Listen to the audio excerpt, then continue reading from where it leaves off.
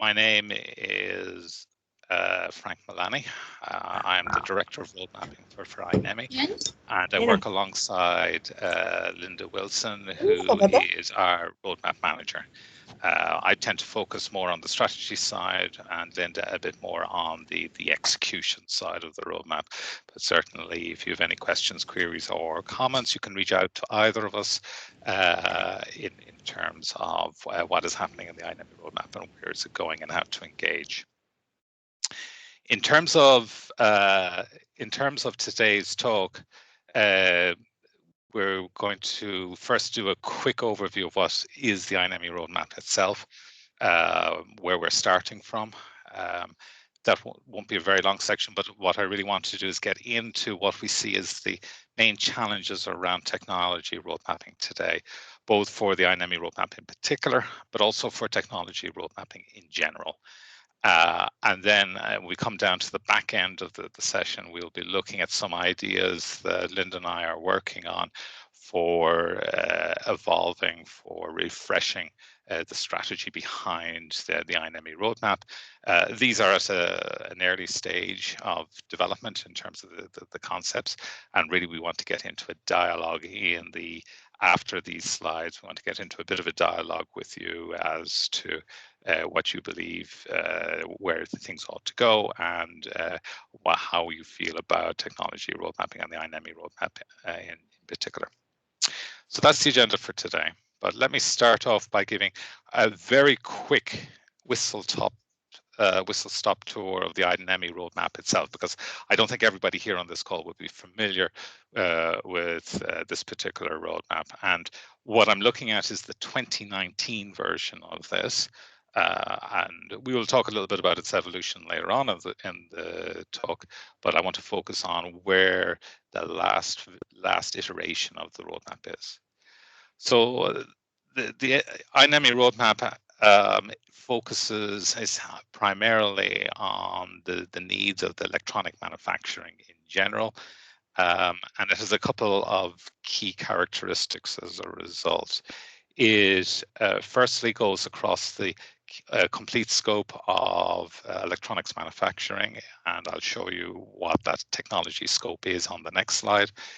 It also, though, goes beyond just the basic core functionality, but also gets into the manufacturability and into the complete life cycle of the electronic products themselves. So beyond manufacturability, how it plays out in the field in terms of reliability, repair, and then around sustainability and full life cycle, end of life type issues as well. As roadmaps go, it has a relatively short time horizon. Some go out to 20-25 years. The iNEMI roadmap is more around the 10-year type of timescale. And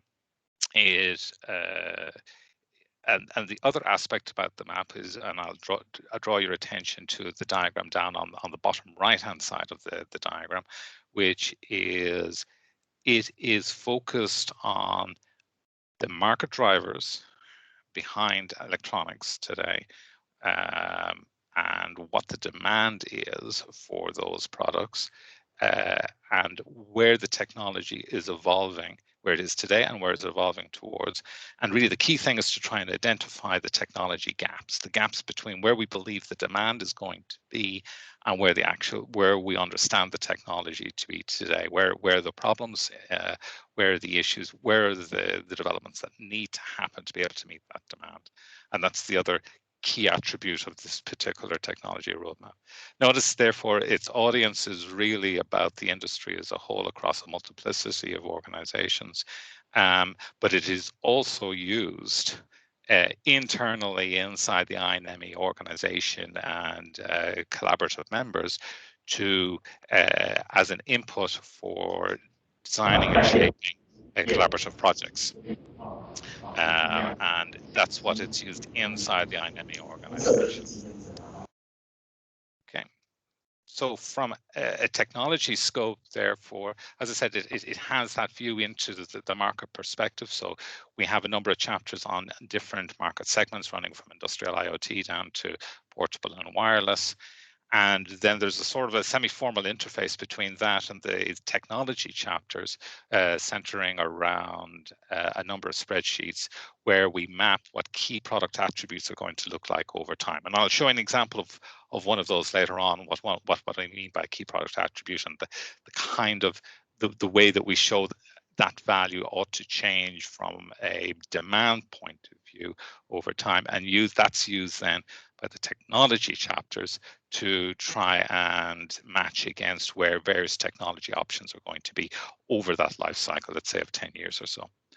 The technology groups then range in scope from the core technologies around board assembly, PCB, flexible electronics, through to the subsystems, down to the components, passive sensors, semiconductors, connectors, etc., and then across to some of the cross-cutting type of issues around thermal management, around simulation and design. So it is really a full scope roadmap at this point, full 21 chapters. So that's where we are in 2019. Now, this has been something which has been developing over 25 years. And we've found that as we got into 2019 that there are a number of challenges, and that has triggered a rethink and a reevaluation of what we are doing inside iNEMI around this road mapping. So let's have a look first at the challenges and issues that we have. And some of these are specific to the iNEMI roadmap, and others, though, are generic to the problems of cross-industry technology road mapping in general. So we'll see that as we get through to this. First challenge, format. What you see here in this picture is my personal copy on the right-hand side of the iNEMI roadmap. On the left-hand side is my copy of the Tolkien's Lord of the Rings, weighing in as 900 pages. The printout of the iNEMI roadmap, just for fairness sake, is double-sided, so it's a fair comparison. You can see it comes in at a fairly hefty weight, 1,700 pages in all across the 21 chapters. Many of the individual chapters are actually the size of a small book. So some chapters are anywhere from 80 to 120 pages. These are great deep dive primers on where we are today in particular topics. Whether it's a particular technology like component, like passives, or a cost-cutting issue like sustainability. Really good stuff here. No doubt about it. And for a technologist who wants to get a deep dive of where we are today, where we're going, and get a sense of the total landscape, incredibly valuable. However, if you're coming at it from the perspective of a technology strategist, somebody who's driving decision making as to where to make investments, this is not what you want. It is much too heavy, dense, and very hard to navigate around. So the format here is something that needs to be looked at. By the way, it's published as each chapter is published as an individual PDF. Just to give you a sense from a technology standpoint how we publish this. Number two is around our contributor community. Our roadmap lives or dies by the contributor community. How well can an organization organize, motivate, help out, facilitate a contributor community to create the content for a roadmap? And in iNEMI's case, we've got a couple of key critical issues. Firstly, if you look at its history, iNEMI was originally the National Electronics Manufacturing Initiative for the US. It was focused in on that in the 1990s to address issues around the competitiveness of the US electronics manufacturing industry. It has evolved. iNEMI has evolved since that to become international, right? Hence iNEMI rather than NEMI. And much of the organization has adapted to that mission. Unfortunately, though, the roadmap community is still very much US-centric, and that's something that the iNEMI organization needs to address. We need a much bigger infusion of expertise from both Europe and Asia to give a broader set of perspectives in terms of where electronics manufacturing is going. So that's issue number one, the actual team that we have today. And by the way, the US team is that the level of expertise there is phenomenal. But it is very much from a particular generation and from a particular geography. The other issue that we have is the proliferation of the number of technology roadmaps there from various cross-industry organizations out there, from the HIR, IRDS, PSMA, a wide variety of organizations. And these organizations are all tapping into the same contributor community. So some of the folks that we talk to have been asked for their input for no more than one roadmap. And of course, from a time perspective, it puts them in a very difficult position, and they have to make choices in terms of where they put their focus. Some of these roadmaps actually overlap with iNEMI from a content perspective, um, which creates both opportunities and challenges. And the other point is, why they overlap from a content point, they often have different perspectives in terms of time horizon and in terms of what it is they want to include in the roadmap, different objectives, essentially. So we have a very challenging landscape here, multi-dimensional landscape, that of organizations and roadmaps trying to tap into a contributor community. And that creates issues, as you can well imagine.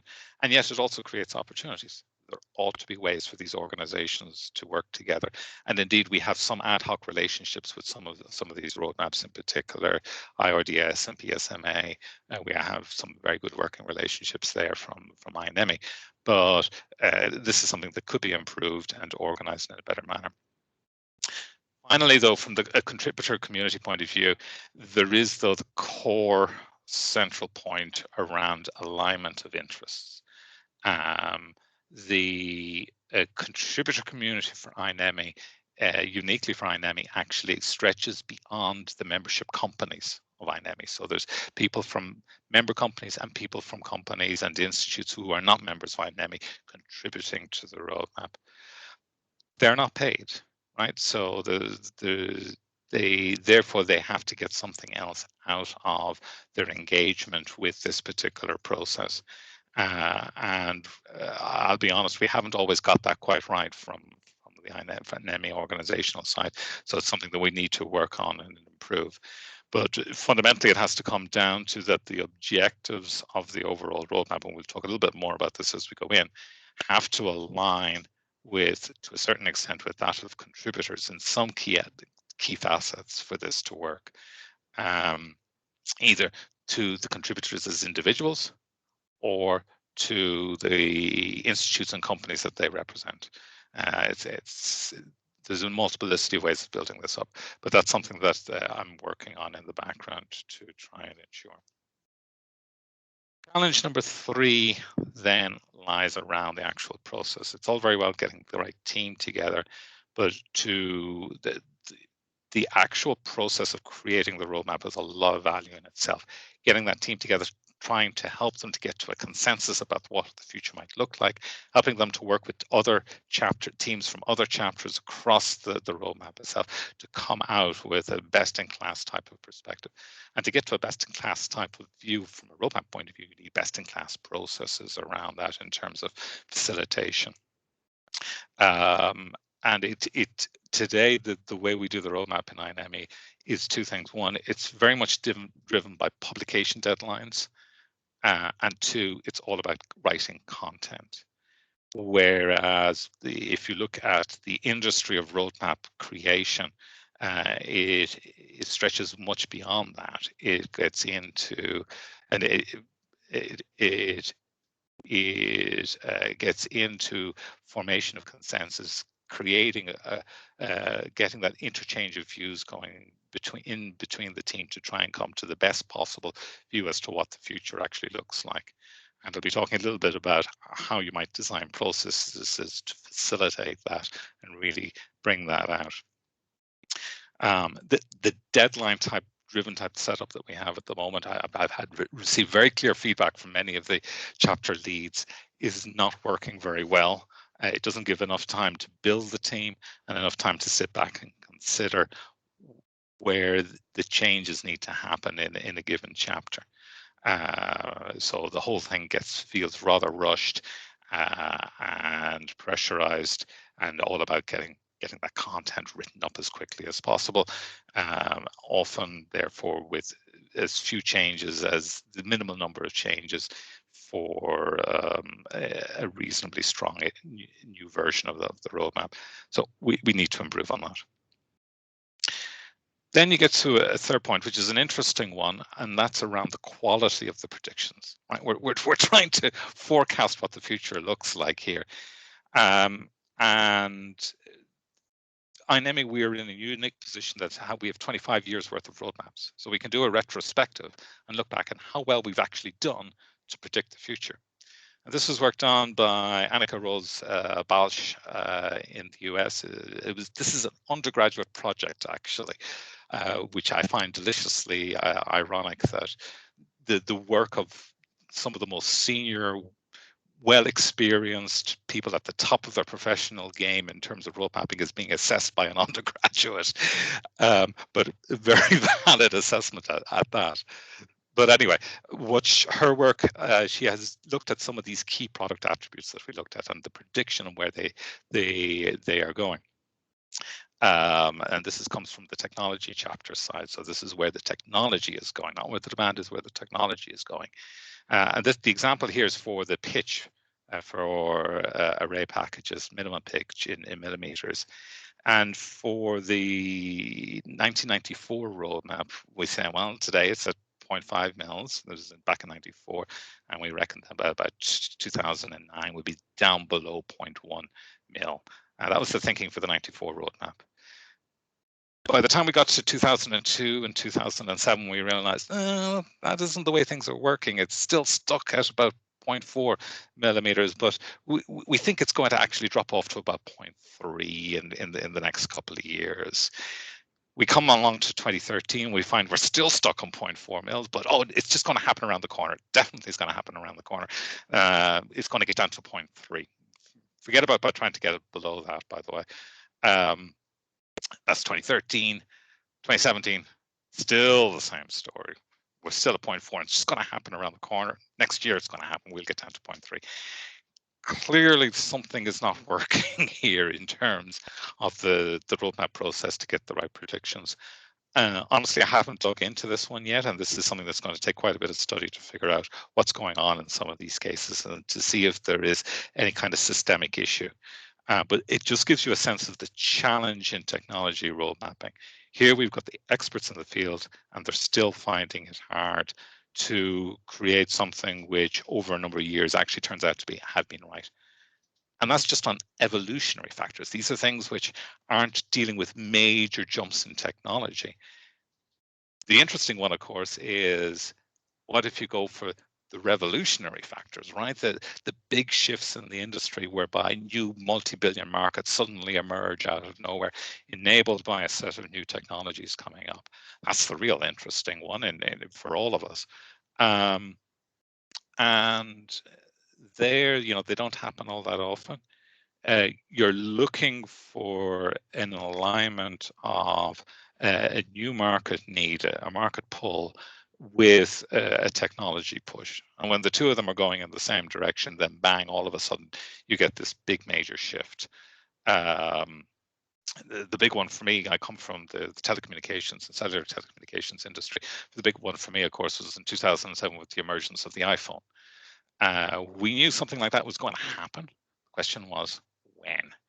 And it took Apple to bring together a number of technology factors, a number of market factors, to action and a vision to actually realize that. So making those predictions is extremely difficult. And really, the best that a roadmap can do is identify the opportunities. But I think it's very dangerous for a roadmap to actually try and put a date on something like that. But again, it's something I want to look in more detail. A lot of research to be done.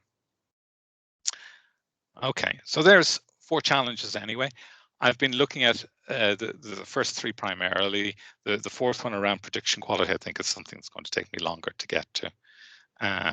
But I'm keeping it at the back of our mind in terms of where technology roadmaps ought to go.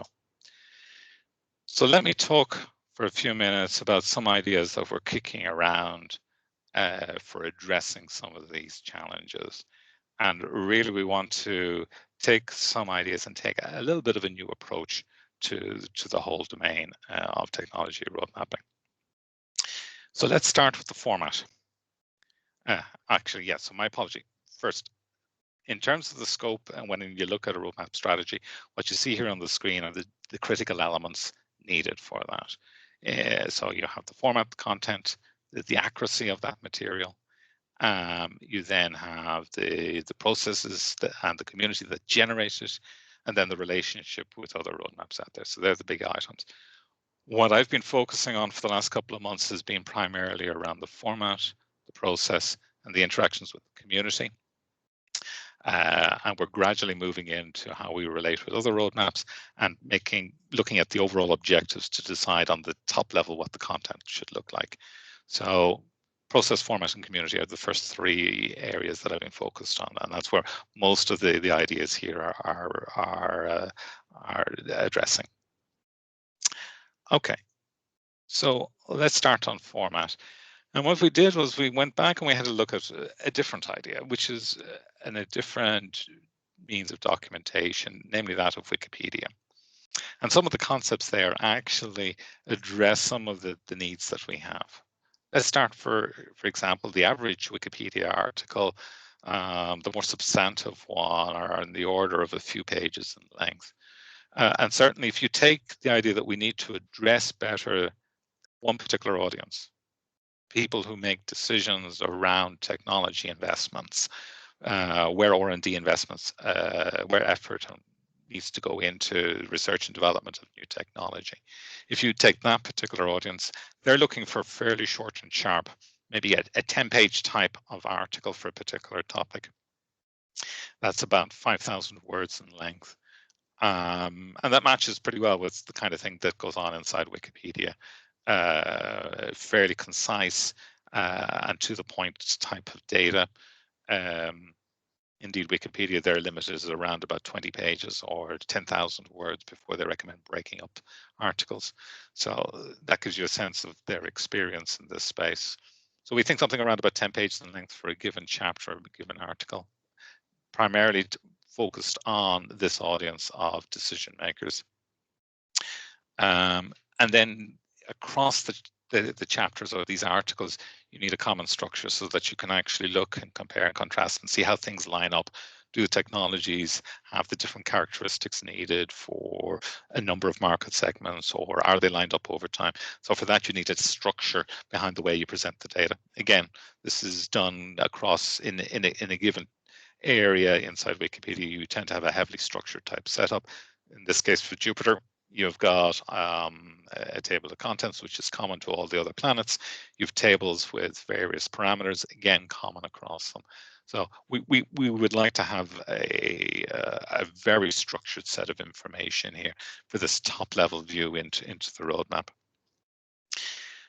The other thing that Wikipedia, of course, is famous for is ease of building up content and making it easy for contributors to get in, engage, to see what's happening, to understand how an article is evolving, and then to contribute towards that. So not only can you see the various iterations, you can also see the discussion behind some of the various issues that the contributor community is struggling with, and that helps in the consensus forming phase. But at the same time, while this then creates something which is dynamic, quickly evolving, relatively concise, with a common structured setup, you still want to be able to get back down to that deeper level of more more wordy, more explanatory type of material. And so you can still link out from that top level view into deeper dive documents, just as Wikipedia does, in this case, linking to an article in Nature. And really for us then the equivalent would be to link back to the original 80, 100-page chapter blocks so that the technology expert can dig in and understand some of the background material. Or alternatively, we could link across to equivalent material in other roadmaps in a similar manner. And that's something that I want to explore with some of the other roadmap owners from various groups as well, to see how we can do this. Okay, I've taken Wikipedia as a possible model for going forward. It has its limitations, though. Wikipedia is an extremely democratic, decentralized form of a methodology for getting a community to create content. And we can't push quite that far in technology road mapping. There are issues around ensuring that we don't that we don't have defamation, we don't trip across antitrust issues, that we don't unnecessarily call out individual companies, etc. There's things that roadmaps, there's a certain level of controls and management where we absolutely cannot have stuff going out into the public domain without it going through some kind of review process. So at that point, you realize you have to step away from the pure Wikipedia wiki type of model to something a little bit more structured and organized. And luckily, there are sets of technologies for doing that. For those of you who work in content and or for technical documentation, will be aware of things like component content management systems, which really have the kind of characteristics that I've spoken about. So you combine structured documentation, you combine formalized workflows in terms of review and publication processes. So again, all done automated online. And then being able to publish direct to the web through various technology stacks. So it's this class of type of solutions that we're looking at. These are enterprise-based solutions for technical documentation that exist out there, and we want to see what can we reuse from that. Drawing on the best attributes from Wikipedia, drawing from the best attributes of what we've done in the past, and also from enterprise document systems going forward to see how we can create a relatively dynamic and concise set of documentation at the top level for us.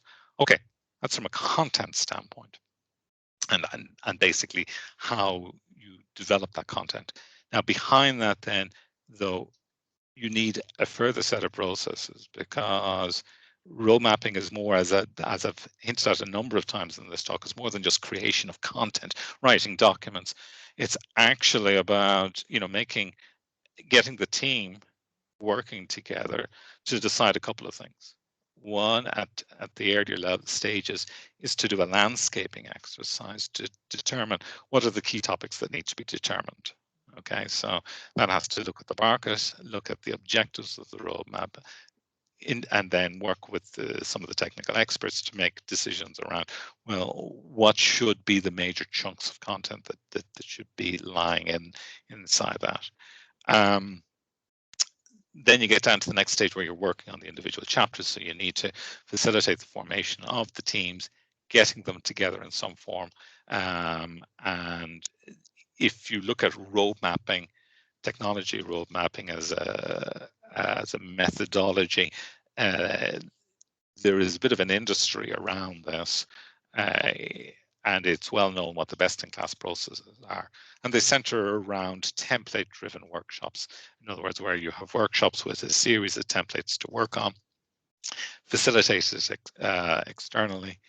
And really what you're not so much doing is writing content, but actually almost creating more of a database. In other words, a structured set of data about what we believe the future to be. And around a set of templates. So that process in itself is actually extremely valuable in terms of how you get people together, to get them to interact, get them to exchange views, and then to try and start populating this structured template with the data that we believe to be a representation of the future. And then from there, writing the content is relatively fast. Once you've done that, gone through that process, because everybody agrees what's to be in there, it's just a question of putting a bit more detail, a bit more wordage behind that. So these are the kind of processes that we want to try and update inside the iNEMI setup. And then when you go through that initial version of the content, you then move to a more an online mode of operation, where you do minor updates more or less in real time, get them reviewed quickly, push them out for publication as quickly as possible, so that the content can remain relatively fresh over a longer period of time as needed. And that brings up the point, when do you trigger then to do a deeper dive review of the entire, let's say, chapter, or where it sits in the bigger roadmap? You do that when there is an actual need to do so, driven by changes in the market or the technology, not by publication. So that's going to be a major shift for us inside the organization, where we've driven the process by the need to publish the roadmap as a big bang type of new release. This is going to be something which is dynamically updated, some parts evolving rapidly and maybe changing in a big way on iteration to iteration. Other parts barely shifting at all, but just gradually evolving over time. So we want the processes to follow the technology, not a publication life cycle. By the way, the comms team inside iNEMI are telling me this is going to be challenging for them to publicize, but that's a secondary problem that we will solve. The primary one has to be around the creation of the roadmap and keeping it consistent and updated, its various parts updated as needed, and when needed. Okay, so they're the ideas, kind of ideas we're kicking around at the moment. This is not set in stone at this point, so but I think you can see that we have a couple of key principles that we're trying to work through, and these I'd like to test against your thoughts and experience and your own views on this. First principle, as I've said, timeline driven by technology and market developments, not publication. The content format needs to be shaped by the needs of the roadmap consumers, and in this case, we're looking at two categories. One is the deep dive technologists, and the second are the strategic investment decision makers. So they're the two audiences we're trying to address. And then we have to align the methodology to make it as easy as possible and to facilitate as best as possible the roadmap creators, the content providers, the contributors, so that for them it's a valuable exercise and one which is efficient from their point of view in terms of execution. So these are the kind of principles we are trying to work towards.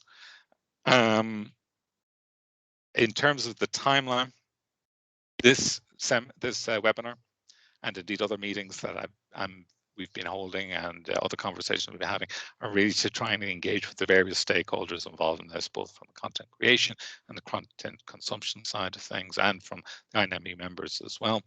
So that's where we are today in terms of having that conversation.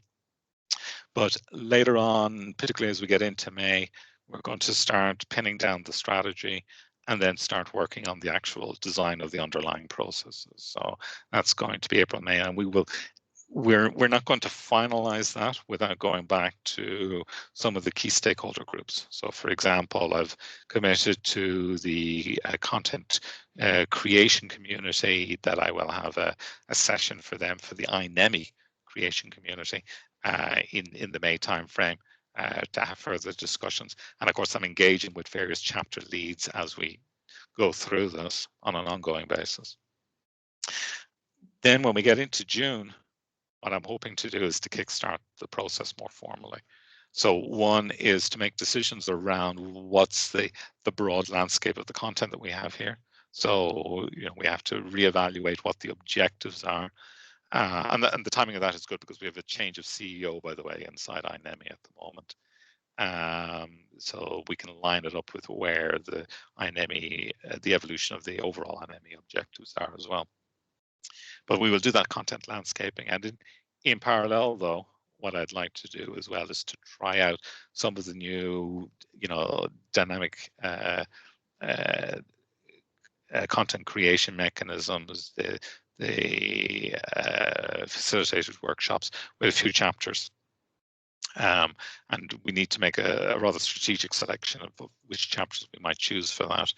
but we'll take a few of them, try it out, see if the processes work. I'd like to, if this thing is broken as conceptually, I'd like to break it quickly and correct and get us to something that we can use in the longer term. So we will try and pick out a few chapters that don't have a huge amount of dependencies with other parts and see if we can try out some of the ideas here in parallel, and expect to kickstart all of that off in the June timescale. But other than that, then I'd like to just open the floor at this point and see have you any thoughts, comments, suggestions, questions. I'd really like to hear from you either now or indeed if you want to reach out to me afterwards by email or with meetings. I'm more than happy to have conversations on this topic. Okay, thank you very much. Okay, Steve, is there anything in particular you'd like to flag up from the chat? I see there's a number of comments coming through. Yes, there is. Yeah, I think Varvara Bezanova of AT&S had some comments there. I don't know if you can access them. They're on the Teams chat. Yes. Yeah. Yeah. And also Michael Hayes as well has got a follow-on comment. Yeah, and I'm really glad to see folks, and many thanks, Varvara, to flag this up.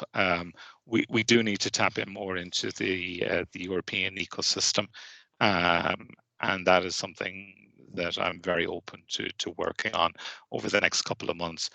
Hasn't been done, at least not in. I'm not aware of much work having been done on this in the last iteration of the roadmap. And we definitely do want to open up those conversations to see how we might work together.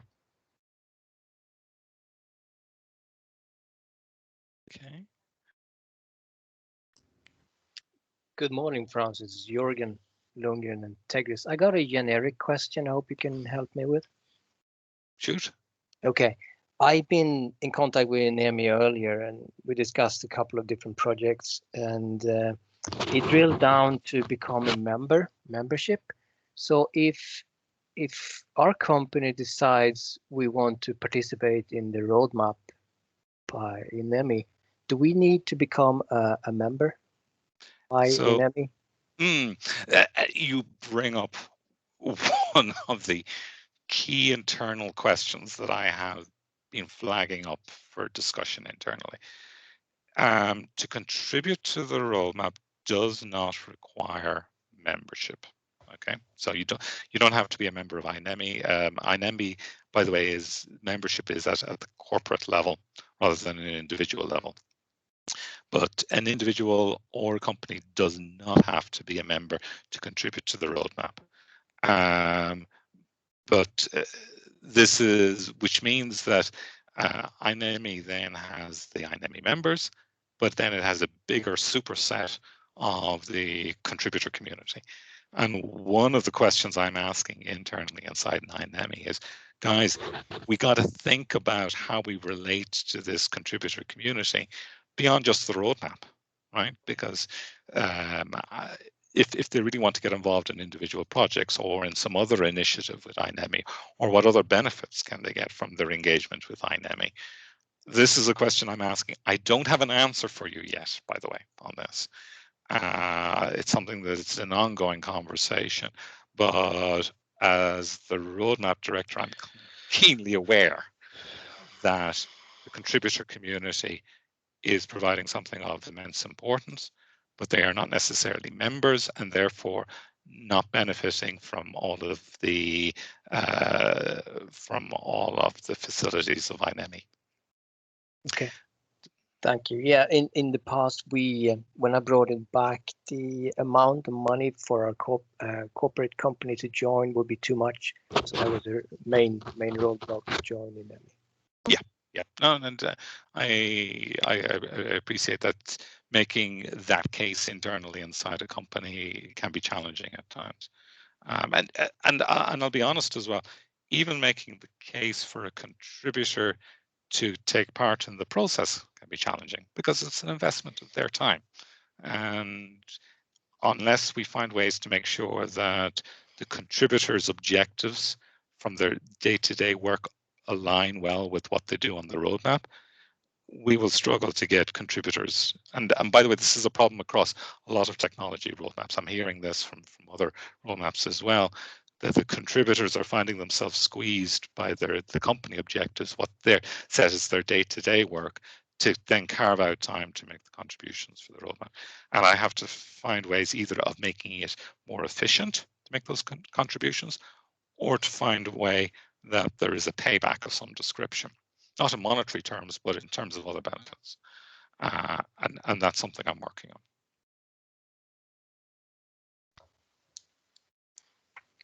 Hi, Frank. It's Mike Hayes here. Can you hear me? Yes, indeed. Yeah, hi, Frank. So just for the benefit of the audience, Frank, you and I know each other quite well, but just for those who don't know me, I'm the current chair of PSMA, so one of the collaborating organizations with iNEMI. So, you know, Frank and I and his colleagues have many bilateral discussions, but just a couple of observations based on what I heard. I like a lot of what I heard, Frank. One comment I would make, and it kind of relates to the volunteers and them being squeezed and so on, is that if you're going to avoid publishing deadlines, that can actually make it difficult for the volunteers to contribute. There's nothing like a deadline, as we all know. So if there isn't a hard set deadline, it can be hard to squeeze and synchronize the inputs of the volunteers. I'm sure you're well aware of that, but that's one of the trade-offs in terms of the iterative process, the Wikipedia type process that you talked about. So I think that is going to be one of your challenges there, the old traditional deadline, which makes things happen, versus the Wikipedia style comment. In terms of the Wikipedia style approach, one thing I like about that is that it gives us an opportunity to, I guess, I suppose to be of different levels of value to different levels of people. So there are some high level people who just want the high level summary, and they don't want to do the deep dive, and certainly a Wikipedia approach can do that. Nonetheless, there's a significant community out there who will want the deeper dive stuff, and I think therein lies the difficulty. How do we, amongst the various organizations, make that deep dive available, and how do we collaborate amongst organizations such as iNEMI and PSMA to make that deep dive information available? And I'm sure there are some very nice online tools we could use to do that, but we just need to figure out the logistics as to how do we partition the work and how do we cross connect the work as well. There's no point in all of us cross connecting or kind of reinventing the wheel and doing similar work. What I'd love to see is that we could try and designate various organizations to take ownership for the deep dives and then to cross connect across our respective roadmaps. So I know that's something that you and I have already talked about, but would very much welcome feedback from the community in terms of how they would react to that. So that's certainly one of the ideas that we have in mind. I mean, we also need to try and figure out then how do we make use of technology roadmaps that are already there. So there's already good material out there. So how do we reuse the people who are out there, and try and make it efficient for those that we are all dipping into as well. There is a huge degree of commonality between the various volunteers who contribute to this. We already mentioned in the chat window there, for example, there was a mention of the ECS SRA, and I know from my own activities in this that if you look at that and the IRDS document, you see a lot of familiar names popping up in both documents, and it will be the same as well when you look at iNEMI and PSMA and other roadmaps as well. So I think there is an opportunity there for us as well to make sure that if somebody is contributing towards particularly deep dives, that their information then is made available across multiple industry organizations and across multiple roadmaps, so that we do provide a valuable service to both the research and the industrial community. Okay, that's it. A little bit of a rant, but I hope there's some valuable comments there for you to consider and for your colleagues to consider, Frank.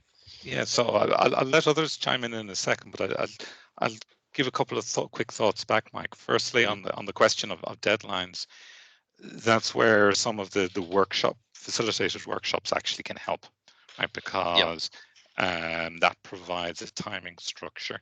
I see somebody was asking in the chat window, how many of these workshops get run. There's two types of workshops I think we will emerge with. One is workshops across chapters. particularly at the earlier stages of mapping out what the overall thing will look like.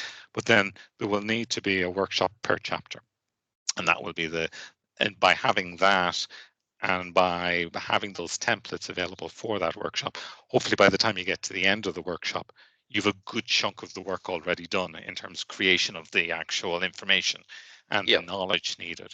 So that can help. It doesn't address completely your issue, but it certainly does help.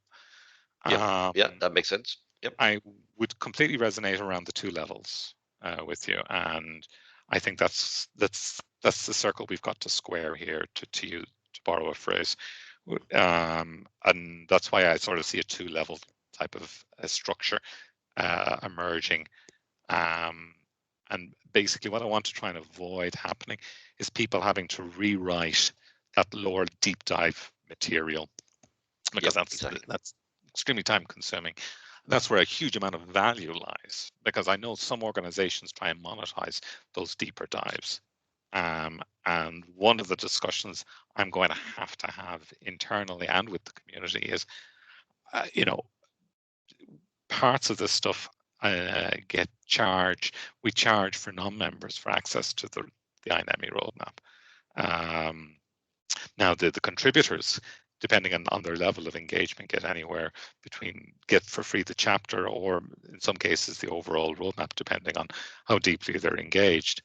But outside of that, we actually charge for the iNEMI roadmap, and that's a discussion I want to have again internally with the membership, with the board inside iNEMI, and internally with the staff, as to what charging structure we have around it. However, other roadmaps will have made their own decisions whether to charge or not to charge. So how we work together has to be respectful of those different imperatives from different organizations. So we've a couple of problems to solve here. I don't have the answers yet. And actually, by the way, just for your information, Mike, I have a chat with Deval and Connor tonight, actually, on this exact question. Okay, so very good. We'll work through these. Very good. Yeah, I figured it'd be, being based in Europe, I figured it'd be more valuable for me to sit in for this one rather than this evening's one. Yeah, so good to spread it out.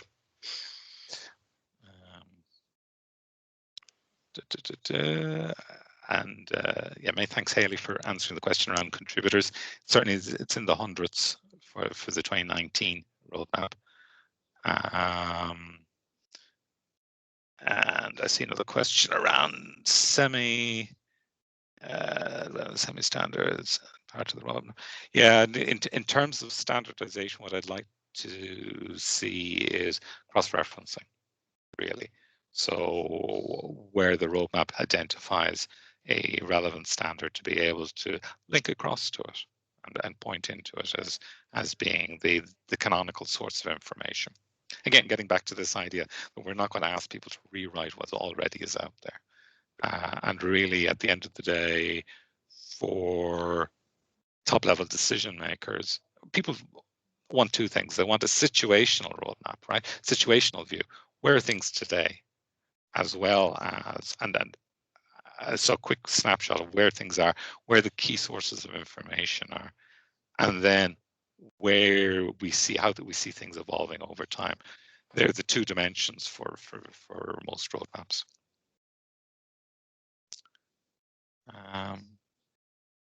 Throw it open again. Any other questions or comments?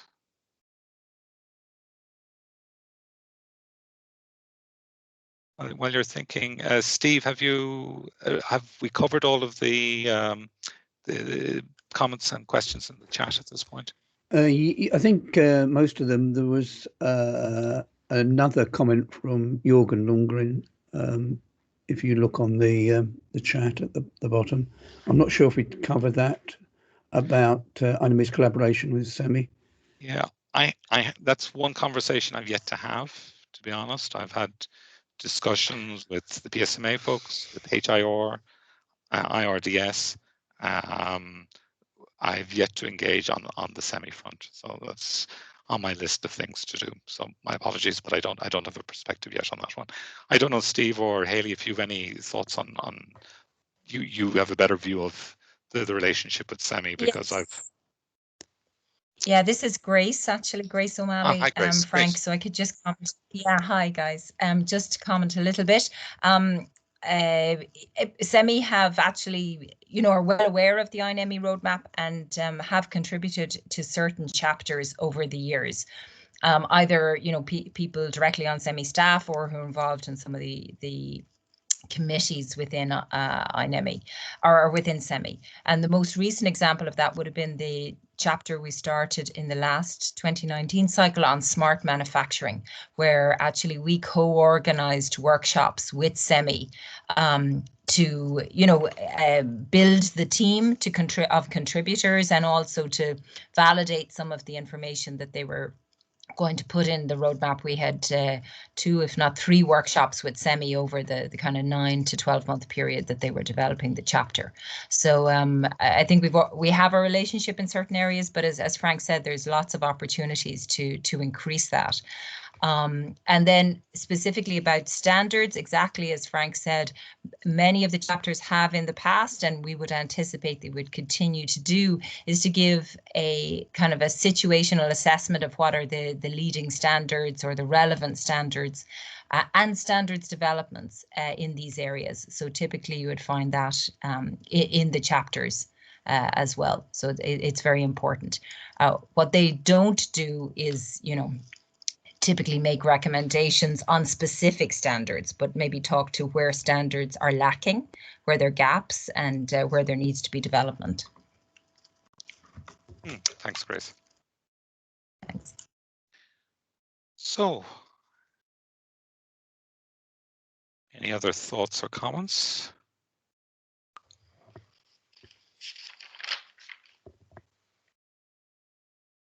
Okay.